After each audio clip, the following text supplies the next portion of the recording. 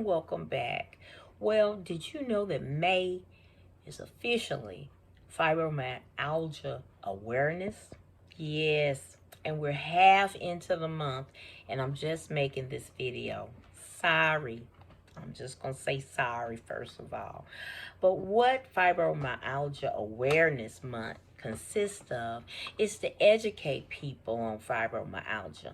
Not only the patients, but the family members, friends, and what we suggest on Fibromyalgia Month is flood your social media with posts about fibromyalgia. Now, fibromyalgia has a little purple ribbon. You know, we have the breast cancer awareness with the pink ribbon. Well, our ribbon is purple. Yes. And, we have so many loved ones and friends. Just sometimes we disappoint them because we can't participate in activities that they want us to. So, this is just to aware, to let people know what fibromyalgia is and the symptoms you go through, so not to just take it lightly. Now, most people ask the question, what is fibromyalgia? Now, fibromyalgia is a chronic neurological condition that causes acute pain all over your body and other symptoms like extreme fatigue, memory problems, tenderness to touch, sleep problems, indigestion problems such as IBS, depression, anxiety, you name it. So, another question that people ask is what causes fibromyalgia. Now, there are some theories about what causes this disease, but it's still unknown that what causes fibromyalgia or what triggers it. Now, it's believed it's caused by abnormal levels of certain chemicals in the brain. Now, this abnormality changes the way the central nervous system processes pain around the body. Also, another theory would be that a lot of stress causes fibromyalgia, either physical or psychological stress. Other causes could be trauma, injury, viral infection, and poor health. Now, what are some symptoms of fibro? I hear that all the time. And, even the doctors I went to trying to get a diagnosis, they didn't even know the symptoms, because if they knew what I know now, they could have eliminated all the months that I searched. I just felt like I was going crazy telling them about the pain, about the depression, anxiety, but the symptoms are unclear. Now, a common question is what triggers fibro?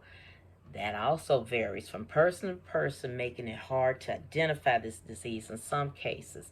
Some of these symptoms mimic other diseases like MS. So, it's not a picnic trying to get it diagnosed. But some of the symptoms is widespread pain. Now, fibromyalgia pain could be described as a dull ache that has lasted for at least 3 months in an area. Widespread pain is important to highlight. It refers to pain on both sides of your body and also pain above the waistline. Now, in other words, to have pain in different areas of your body without a reason. Fatigue, waking up tired after sleeping 7 to 8 hours. This is due to the pain disruption during sleep, among other sleep disorders. And some have sleep apnea. It's coincided with fibromyalgia. Now, cognitive difficulty. Now, that I can tell you. Now, some patients, including me, with fibro, I have a lot of brain fog, and when I do these videos, it's like I try to um, really play it off, but I could be talking and then I have this brain fog, and I'm like, so, some people like spit it out, so, but doing these videos has helped me with my brain fog. Now, if you have all these signs, you might suffer fibromyalgia. We say might because there are plenty of other disease that can mimic these symptoms. Thyroid problems are are one of them, and that's another thing. I had thyroid problems. I was told I had a hypothyroidism, a goiter, thyroid goiter, and hypothyroid controls your metabolism. So I had a very slow metabolism. Um, my thyroid is still working. It's slow, and every 6 months I have it checked to see if it's still working. So I'm not on any medicines as of yet. But there are ways you can be sure that your fibromyalgia is when you have 3 to 6 mild pains in different parts of your body for no reason, with no improvement for the last 3 months. Now, there is not a cure for fibromyalgia, but pain relievers, antidepressants, and anti-seizure drugs are the most prescribed to ease the pain and get better sleep. Now, sometimes self-care can include physical therapy to improve your strength, flexibility, and stamina. Now, and you might, for the depression and anxiety, you might want to visit a psychologist, and attend regular counseling can be beneficial for fibromyalgia patients.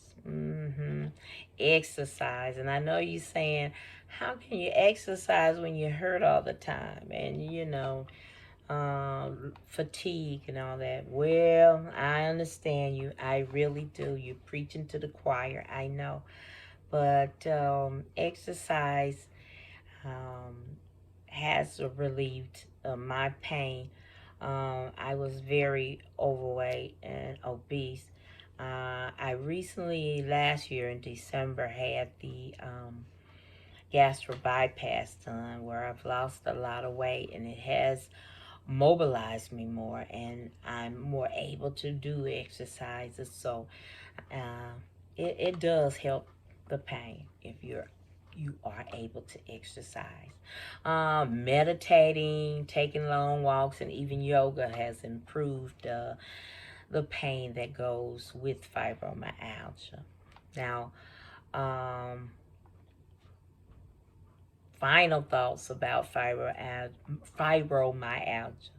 I'll tell you, do not panic if you have some of these symptoms. You can schedule an appointment with your doctor.